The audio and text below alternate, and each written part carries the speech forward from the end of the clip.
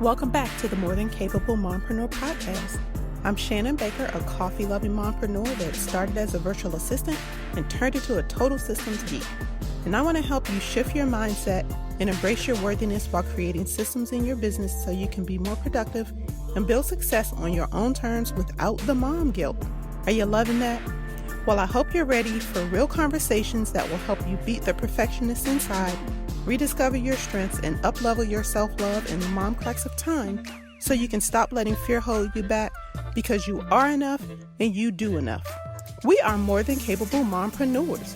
So grab your cup of coffee, some sparkling water, or pour a glass of your favorite wine and let's dive in. So you want to grow your business. This is a term that we hear online all the time, but do you really understand what that means and what is really involved in growing? Here's a newsflash for you. There is a difference between growing your business and scaling your business. Do you know what that is? Well, no worries. I'm going to discuss the terms as I use them in my world. So in this episode, I'm going to share the stages that your business has or is going to go through. That way you can create the systems you need to achieve sustainable growth, and you don't have to sacrifice what is most important to you to make it happen. It's really important for you to know where you are and map out a clear plan to get to where you want to go. So in this episode, you get a sneak peek into the journey that I take my clients on as I help them create systems so they can scale their business. But I'm also going to share some common mistakes with you that you need to avoid because it will actually cost you much time, much more money than you would like to know, and it can even cost you your business. So let's go ahead and dive into episode number 70. I know that there are 3 things that you want: more time, more revenue from your business, and to achieve success on your own terms. And this is one of my favorite topics. I love talking about how you can scale your business, but there are some phases that you have to go through first so that you can scale your business and achieve sustainable success. So before I dive into the specifics about how you can grow your business, we need to talk about the 4 phases that a business goes through. You need to identify which phase you're in so that you can also identify what the next level is for your business and streamline your operations to support that growth. So here are the 4 phases as I break them down into my world according to my system. Phase 1 is the incubation phase. This phase is where you have the idea to start a business using your skills and your natural abilities. And at this point, you don't have a proven product, but you're testing things out. So you decide what the problem is that you're going to solve, and you have an idea of who you're solving it for. You want to get paid, but you're not quite sure how to do that yet. But having a clear vision is very important at this stage of your business because it determines how you create your business model. You want to create success on your terms and create a lifestyle business. And that's why you need to ask yourself these questions. What do you want your business to be known for? Who are your customers now, and what are they going to need from you in the future? What lifestyle are you trying to create? And how should your business help you achieve that lifestyle? This is also a great time to find an online community where your target market hangs out so you can do some market research. But it's also a good time for you to find a community online with women that you can brainstorm with and bounce ideas off of. That's exactly what we do inside of my Facebook group. We support each other on this journey because it is not easy. We bounce ideas off of each other and we support each other in our personal and professional lives. Now, if you would like to join, there's going to be a link in the show notes. And if you would like to know how to find the right community online, even if you have a tight schedule, then make sure you go back and listen to episode number 64, which is my chat with Emily Aborn. She shares some tips that are going to help you find your tribe online. Now, once you're clear on how you want to move forward with setting up your business, you will begin to move into phase 2, which is a startup phase. At this point, you found your place in the market, and I say that in air quotes. You begin to market your business, sharing that particular solution for a specific type of business owner, your target market. Then you get to focus on your price point because now your ideal clients feel like they're getting value and you will start generating some income. But you're learning a lot at this point because you're trying a lot of different things. You're wearing a lot of different hats.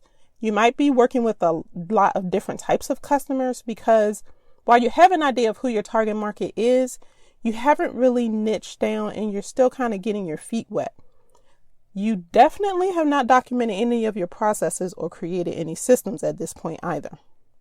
But once you start working with clients, you're going to gain clarity, which is going to help you so much. It's going to be a game changer. You will have identified where your services fit into the market. You have a better idea of what you want to be known for, and you can refine your marketing message.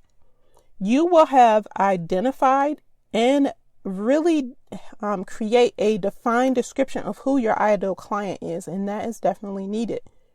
You will know what price point your services need to be at so that you provide value for your clients and start generating some income finally, right?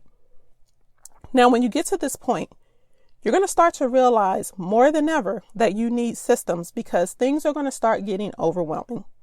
The good news is that you're starting to move into phase 3, which is the growth phase. Now, before I talk about this stage, I want to talk about the fact that there is a difference between growth and scaling because these words get used interchangeably a lot. More often than not, it's hard to be really clear on what the difference is between the two. But in a nutshell, I help my clients with both phases and I love it. So, growth produces more revenue and requires more resources. That's money, time, tools, and processes. And here's the thing. You cannot scale until you've gone through the growth phase. Scaling means that you have the systems in place which save you time. You're generating income and building on the things that are working in your business, but it does not require more resources. That's the difference. So a little bit more about phase 3, the growth phase. So you're generating income, you're creating your business systems, eliminating things that no longer serve your business. You're creating additional revenue streams, and you possibly maybe even starting to build a team. Now, in this stage, you're focused on reaching new clients because that means more revenue, right? In turn, you need more resources. So it's going to take you more time, more money, more systems. And while you're in this phase, keep in mind, you can be here for quite some time, and there is nothing wrong with that because the things that you're going to discover and create in this phase are really critical to you being able to scale your business and sustain that success. So you don't want all of the details to be in your head. Let's just make that clear right now. And I'm going to be straightforward with you about this because I've seen way too many business owners that never document anything, never create systems, and an emergency comes up and it takes them away from their business. So everything comes to a screeching halt. Or even worse, they died unexpectedly. So the business died with them. And if you're not being really strategic about what you spend your time and your resources on, you're going to end up making bad choices that are going to be costly. So you need to get comfortable with the word no, which is a complete sentence. Because if you're always saying yes, you're saying no to something else in your life or your business. And your business definitely needs boundaries to make sure that this doesn't happen. So make sure you listen to episode 47 for some tips to help you set and stick to boundaries with your clients. Now, I want you to be aware of some of the so-called expert advice that's out there, specifically that you need to hire a virtual assistant. This is a big mistake if you and your business are not ready for this strategic move. And you do not want to just hire somebody out of desperation to get something off your plate because you're going to end up more overwhelmed and even more frustrated. Now, if you think you're ready to hire a virtual assistant, please go back and listen to the 3-episode series that I did to help you successfully partner with a virtual assistant. I'm going to put the links to those 3 episodes in the show notes. It's episodes 8, 9, and 10.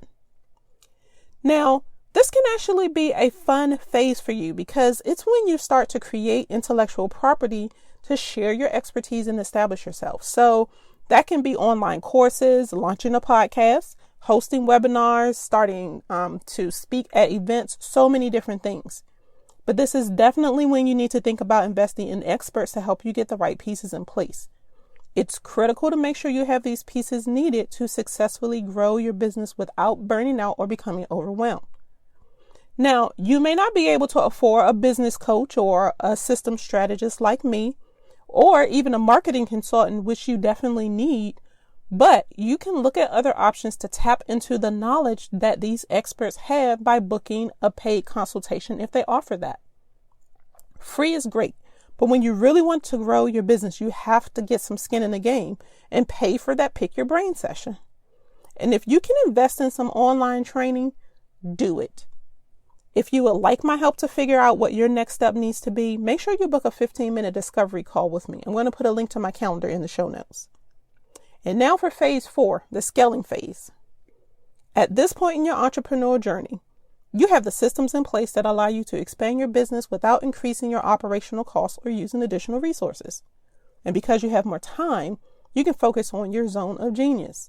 So this is when you get very strategic because you've evolved. Your business has evolved, and you need to focus on leading your business, being the visionary. You are really feeling like the savvy CEO I know you are. So you're going to spend your time sharing your expertise from the stage by doing things like TED Talks, pursuing keynote speaking opportunities, maybe even writing a book and serving on boards. Now, there are some who do these things while in the growth phase, and that's okay. No matter when you start pursuing speaking opportunities, guess what? You need a system. And you need to be strategic. Your system will help you find and book those opportunities. Basically, in a nutshell, you're always going to need to create systems for anything new that you do in your business. But in the scaling phase, you also will hit new growing pains because you need to make some upgrades to your existing systems.